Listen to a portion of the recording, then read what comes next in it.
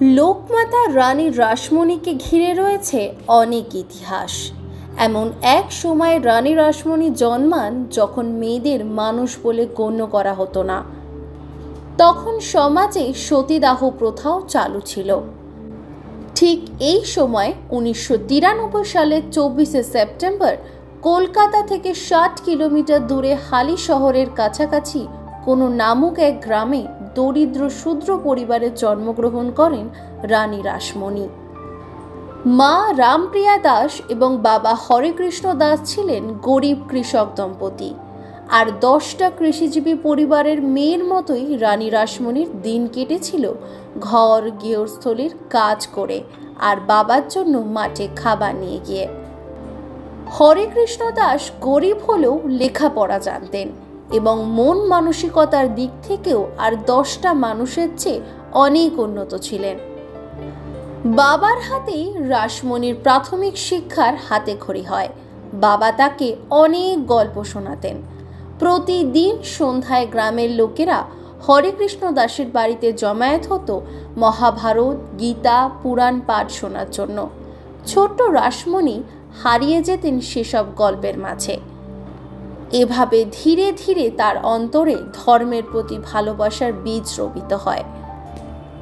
1804 সাল কলকাতার জানবাজারের অভিজাত জমিদার পুত্র বাবু রাজচন্দ্র দাস স্ত্রী বিয়োগের শোক কাটাতে গঙ্গায় বচরা ভাসিয়েছেন।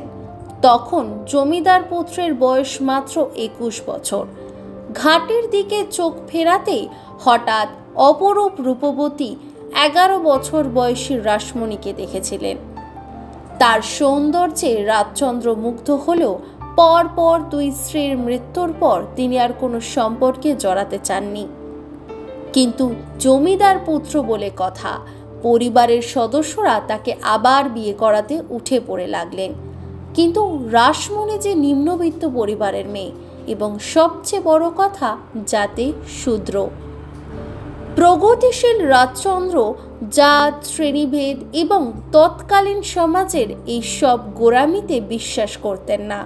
বিয়ে করলেন রাসমণিকে, স্থান দিলেন তার রাজপ্রাসাদে। 1817 সালে প্রীতরামের মৃত্যু হলে রাজচন্দ্র তৎকালীন 6,50,000 টাকা নগদ অর্থ এবং বিশাল সম্পত্তির মালিক হন।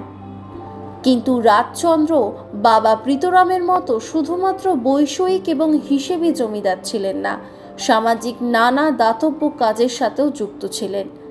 আর পর্দার অন্তরাল থেকে সাহস যোগাতেন রাসমণিকে। ধীরে ধীরে তিনি জানবাজারের জমিদার প্রাসাদের রানী হয়ে ওঠেন। শুধু তাই নয়, সেই সমাজে অভিজাত নারীদের পর পুরুষের সামনে বের হওয়া নিষিদ্ধ ছিল। কিন্তু রানী প্রায়ই পর্দার অবগুণ্ঠন ভেদ করে বের হয়ে আসতেন এবং স্বামীর সাথে সাথে নিজের মূল্যবান মতামত ব্যক্ত করতেন। রাজা রামমোহন রায় সতীদাহ প্রথার উচ্ছেদ করেছেন। তাকে সর্বাত্মক সহায়তা করেন রাজা রাজচন্দ্র এবং রানী রাসমণি। রাসমণি ছোটবেলা থেকেই মেয়েদের দুঃখ দেখে, দুর্দশা দেখে বড় হয়েছেন। তিনি মনে প্রাণে চাইতেন নারীরা দাসত্ব এবং ধর্মের নামে এঁটে দেওয়া দুর্দশা থেকে মুক্তি পাক। এছাড়া রাজচন্দ্র অনেক মানব সেবামূলক কাজের সাথে জড়িত ছিলেন। কলকাতায় 2টি স্নানঘাট, নিমতলায় একটি বৃদ্ধাশ্রম এবং বন্য পীড়িতদের জন্য খাদ্য ও নিরাপদ পানির ব্যবস্থাও করেছিলেন। রানী রাসমণি তার স্বামীকে সরকারি অনুমোদন নিয়ে বাবু রোড, বর্তমানে যেটি রানী রাসমণি রোড নামে পরিচিত, এবং বাবুঘাট তৈরির অনুরোধ করেন। রানী রাসমণি অত্যন্ত ধর্মপ্রাণ ছিলেন। তখনকার দিনে নিম্নবর্ণের হিন্দুদের ধর্মীয় প্রতিষ্ঠান বা উপাসনালয় স্থাপনের নিয়ম ছিল না। সেখানে একজন নিম্ন বর্ণের নারী, তিনি যতই ধর্মপ্রাণ হন না কেন, তার মন্দির নির্মাণ হিন্দু সমাজে রীতিমতো আন্দোলন বটে। রানী রাসমণি বেনারসের এক তীর্থের উদ্দেশ্যে যাত্রা শুরু করবেন। ঠিক সেই সময় যাত্রার আগে রাতে মা কালীর স্বপ্নে দেখা দিলেন। বেনারস না গিয়ে তিনি এখানেই কালী মন্দির স্থাপনের নির্দেশ দিলেন। রানী তার স্বপ্নের কথা সকলকে জানান এবং বিশ্বস্ত লোকেদের মন্দির স্থাপনের জমি খুঁজতে বলেন। অবশেষে 1847 সালে দক্ষিণেশ্বরে জেমস হেস্টির 20 একরের জমিটি পাওয়া যায়। রানী রাসমণি তা আনুমানিক 42,500 টাকা অথবা 50,000 টাকা দিয়ে কেনেন। জমিটির ইতিহাস অসাম্প্রদায়িকতার এক অনন্য নিদর্শন। জমিটির এক অংশ পূর্বে এক ইউরোপিয়ানের খ্রিস্ট ধর্মাবলম্বী ছিল, আর এক অংশে ছিল মুসলিম গেরস্থান। সেখানেই তৈরি হলো মন্দির, এখন বর্তমানে যেটি দক্ষিণেশ্বরী কালী মন্দির নামে পরিচিত।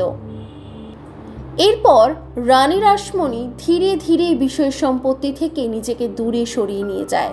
সব দায় দায়িত্ব মাথুর বাবুর হাতে তুলে দেন। মৃত্যুর পূর্ব পর্যন্ত রানী সব সময় মায়ের পূজা এবং ভজন সাধন করেই দিন কাটাতেন।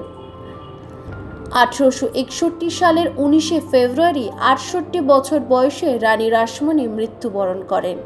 1993 সালের 24 সেপ্টেম্বর রানীর জন্মের 200 বছর পূর্তি উপলক্ষে কলকাতার স্প্ল্যানেডের কাছাকাছি কার্জন পার্কে রানী রাসমণির একটি মার্বেল প্রতিকৃতি স্থাপিত হয়। দক্ষিণেশ্বর মন্দিরের ভিতরেও তার একটি মূর্তি ও স্মৃতিসৌধ রয়েছে। বর্তমানে জানবাজারের সেই জমিদার বাড়ি রানী রাসমণি প্যালেস নামে পরিচিত। নিজস্ব সংবাদদাতা, সংবাদ শিরোনাম।